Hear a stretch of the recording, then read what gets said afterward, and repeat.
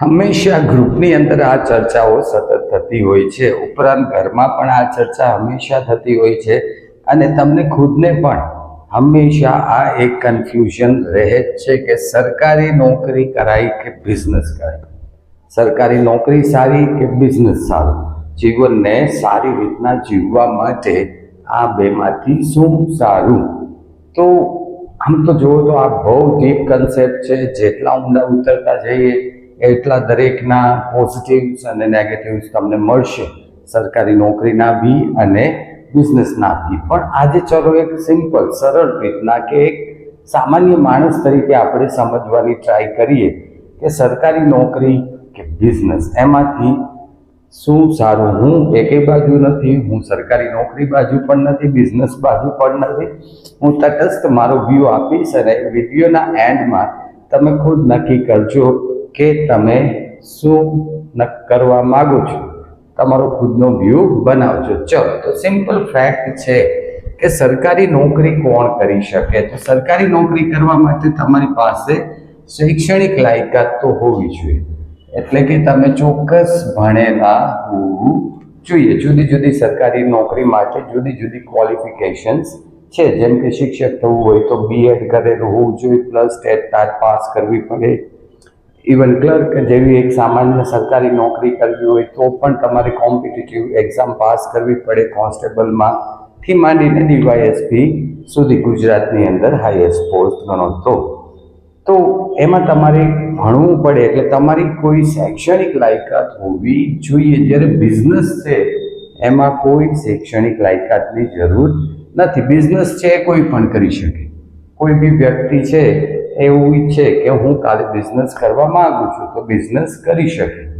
એમાં તમે કેટલું ભણેલા છો દેટ ઇઝ નોટ ઇમ્પોર્ટન્ટ. તમને બી ખબર છે, મને બી ખબર છે, એક સામાન્ય ફેક્ટ છે કે બિઝનેસ કોઈ પણ કરી શકે. અને તમે જોશો તો એક નવાઈ લાગશે કે ગુજરાતની અંદર સારા જે બિઝનેસ ટાઇકૂન છે ને એ બહુ ઓછું ભણેલા છે. અમારા ગામમાં સારા બિઝનેસ ટાઇકૂનમાં માની લો કે રૂડા ભગત આવે અથવા તો એક નાનજી શેઠ આવે, એ લોકો હાર્ડલી 7 પાસ માંડ છે, બરોબર, 7 પાસ છે. એક સારા બિઝનેસમેન અમારા ગામમાં એ બી કહી શકાય, એક ચાની કીટલીવાળા છે તો એ રોજના 20-30 હજાર રૂપિયાનો બિઝનેસ કરે છે, નફો 20-30 હજાર રૂપિયાનો નફો કરે છે અને મહિને 9-10 લાખ રૂપિયા આરામથી લઈ જાય છે. એ લગભગ ભણેલા જ નથી. તો બિઝનેસ તો કોઈ પણ કરી શકે, એના માટે શૈક્ષણિક લાયકાત જોઈએ નહીં. સરકારી નોકરીમાં જવું હોય તો તમને એક આ વસ્તુ નડે, એટલે કે ઉંમર મર્યાદા. અમુક ઉંમર પછી, એટલે કે એક ક્રાઇટેરિયા 29, 33, 37 અબાઉટ, જુદી જુદી તમે કઈ કાસ્ટમાં છો, બરોબર, એની ઉપર જુદા જુદા ક્રાઇટેરિયા છે કે આ ક્રાઇટેરિયા પછી તમને જોબ મળે નહીં. જેમ કે SC ST હશે એને થોડો લાંબો સમય, સવર્ણ જે લોકો હશે એને થોડો ઓછો સમય. તો મર્યાદા તો છે કે ભાઈ હું એમ કહું કોઈ વ્યક્તિ 45નો થઈ ગયો અને હવે નક્કી કરે, હું જ પોતે નક્કી કરું મારે સરકારી નોકરી કરવી છે, તો હું ગમે એટલો ભણેલો હોવા છતાં મારી ઉંમર મર્યાદા વધારે છે તો હું નોકરી માટે એપ્લાય થઈ શકું નહીં. જ્યારે અહીંયા કોઈ ઉંમર મર્યાદા નથી. બિઝનેસની અંદર 14 વર્ષના છોકરાથી લઈને 60 વર્ષના બાબા સુધી કોઈ બી બિઝનેસ શરૂ કરી શકે. બિઝનેસને ઉંમરને લાગે વળગતું નથી. કે KFC બહુ મોટું દુનિયાની બ્રાન્ડ છે, બહુ મોટો બિઝનેસ છે, એમણે 60 વર્ષ પછી શરૂ કરેલું. આ એક વાત. બીજું, સરકારી નોકરીમાં શું છે કે લિમિટેડ આવક છે, એટલે કે તમારો પગાર ફિક્સ છે કે ભાઈ તમને આટલા પૈસા મળશે, તમને દર મહિને આટલા રૂપિયા મળશે. તમે ઓછું કામ કરશો, વધુ કામ કરશો, ડઝન્ટ મેટર. આ એક આપણે જનરલ ક્રાઇટેરિયા લઈએ છીએ, ડીપમાં લેતા નથી. તો લિમિટેડ આવક છે સરકારી નોકરીની અંદર. બિઝનેસની અંદર કોઈ લિમિટેડ આવક નથી. કેવી આવક છે? અનલિમિટેડ આવક. ચાલી ગયો બિઝનેસ તો બૂમ, બરોબર, આવકનો કોઈ મર્યાદા જ નથી, એટલી આવક થઈ શકે. તો બિઝનેસ છે એ અનલિમિટેડ આવકવાળો છે. અહીંથી થોડું આપણે આગળ વધીએ તો 58 વર્ષ સુધીની ગેરંટી આપે છે સરકારી નોકરી. એક વખત તમે નોકરીએ ચડી ગયા તો પછી તમને 58 વર્ષે રિટાયર થશો ત્યાં સુધી ગવર્મેન્ટ ગેરંટી આપે છે કે હું તને મારી સાથે રાખીશ, હું તમને ચોક્કસ પગાર આપીશ અને હું તમને સાચવીશ. તો આ એક બહુ મોટો પ્લસ પોઈન્ટ સરકારી નોકરીનો છે કે તમે 58 વર્ષ સુધી સેફ છો. કાંઈ બી પરિસ્થિતિ આવે, લગભગ જે કાંઈ બહુ અમુક પરિસ્થિતિને બાદ કરતાં લગભગ તમારી નોકરી છે એ સેફ છે. બિઝનેસમાં કોઈ ગેરંટી નથી. આજે તમારો બિઝનેસ ખૂબ જ સરસ ચાલે છે, ખૂબ જ સારો ચાલે છે, ખૂબ જ સારી આવક છે, પણ આવતા અઠવાડિયે શું હશે એની કોઈ ગેરંટી હોતી નથી. તમને એવું થાય એમ થોડીને થાય કે એક અઠવાડિયામાં બિઝનેસ. આનો આપણે સિમ્પલ હું તમને કહું કે તમે તો બધું સારું જ કરો છો, પણ લો કોરોના આવી ગયા, શું ગવર્મેન્ટે જ બંધ કરી દીધા બિઝનેસ. શું કરશો તમે? તમારી શોપ, તમારું કારખાનું, તમારું મેન્યુફેક્ચરિંગ યુનિટ, તમારું સેલિંગ વગેરે થાય તો તમે કરો ને, ગવર્મેન્ટ જ નથી કરવા દેતી. આ સૌથી મોટો પ્રોબ્લેમ છે કે આમાં કોઈ ગેરંટી નથી કે તમે આજે જે છો એ આવતીકાલે હશો. આવા દરેક ગામની અંદર આવા ઘણા બધા ઉદાહરણો તમને જોવા મળશે કે એક સમયે બિઝનેસમાં ગામમાં બહુ કંઈક હોય અને ત્યાર પછી કોઈ કારણોસર, ઘણા બધા પ્રાકૃતિક કારણો હોઈ શકે, પર્સનલ કારણ હોઈ શકે, એમણે બિઝનેસમાં કંઈક ભૂલ કરી હોય, કંઈક જુદું બી હોઈ શકે, કોઈ બી કારણોસર એક સમય એવો આવે કે માણસ છે એ ક્યાંથી ક્યાં પહોંચી જાય. બિઝનેસમાં આ પ્રોબ્લેમ છે. નોકરીમાં તમને એક વખત નોકરી મળી તો 58 વર્ષ સુધી તમે સેફ છો.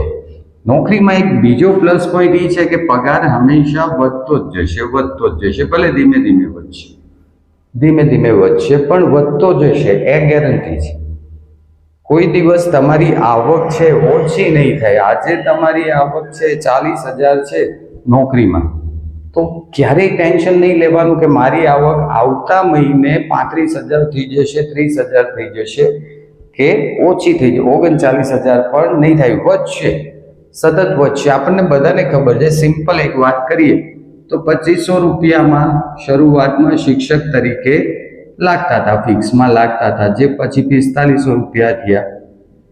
બરોબર. આ જ શિક્ષકો છે એ પ્લસ 10 થી 15 વર્ષ તમે ગણો કે 15 વર્ષ આ જ ફિલ્ડમાં હશે તો પછી આજે એમનો પગાર અપ્રોક્સ 75,000ની આજુબાજુ હશે. તો આવો વધારો સતત થતો રહે છે. ક્યાં 2500, ક્યાં 75,000. આ શિક્ષકોને જલ્દી સમજાઈ જશે. તમામ ફિલ્ડમાં આ જ રીતના શરૂઆતમાં ઓછો પગાર, પછી સતત વધતા 10, 15, 20 વર્ષે એમનો પગાર સારા લેવલ સુધી કહી શકાય કે એક સારું જીવી શકે, સારી રીતના આર્થિક બાબતે બહુ ચિંતા ન રહે એ લેવલે લોકો પહોંચી જાય છે. બિઝનેસની અંદર આ બે વસ્તુ છે. આવક ઉપર નીચે બે બાજુ જઈ શકે. આ મહિને તમને ખૂબ સારા, માની લો કે 10 લાખનો ફાયદો થયો તો આવતા મહિને 11 લાખનો ફાયદો થશે. કોઈ જરૂરી નથી, કોઈ કરતાં કોઈ જરૂરી નથી. બની શકે કે આવતા મહિને કંઈક એવું બને કે 20 લાખનું નુકસાન જાય, 10 લાખ ગયા મહિના નહીં જાય, 10 લાખ ઘર નહીં નાખવા પડે. તો આવું બી બની શકે. Business is very flexible. ઉપર નીચે એની આવક રહે છે. છતાં બી આપણને એમ થાય કે ના, આ બધું તો ફેક્ટર છે, રિસ્ક ફેક્ટર તો બિઝનેસમાં હોવાના જ, જીવનમાં હોવાના જ, એવું તો ચાલ્યા જ કરવાનું.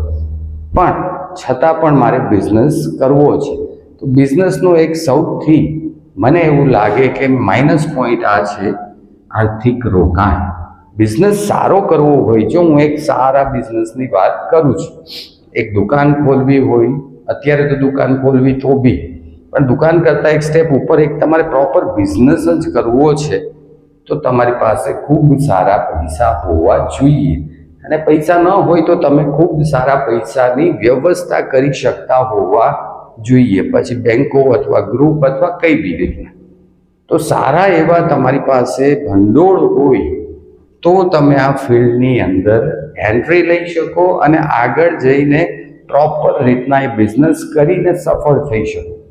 જો આમાં પૈસાની કમી તમારી પાસે હોય તો મને નથી લાગતું કે બિઝનેસ છે એ ના તો પહેલું તો એસ્ટાબ્લિશ કરવો જ થોડો મુશ્કેલ છે, એટલે કે જવું જ મુશ્કેલ છે. તમે ગમે તેમ કરીને આડાવડા કરીને ભેગા કરીને જાઓ બી તો તમારા એ જ ફિલ્ડના કેટલા બધા કોમ્પિટિટર્સ ઓલરેડી ત્યાં હશે જ. તમને એન્ટ્રી નહીં લેવા દે તો તમે એ કંઈક એવું કરશે, ભાવ ઘટાડી નાખશે, સ્કીમ આપી દેશે, તો તમારે બી અહીંયા છે કંઈક કરવું પડશે. તો ઉછીના લીધેલા પૈસા હશે, બહારથી લીધેલા પૈસા હશે તો તમે એની સાથે ટકી નહીં શકો.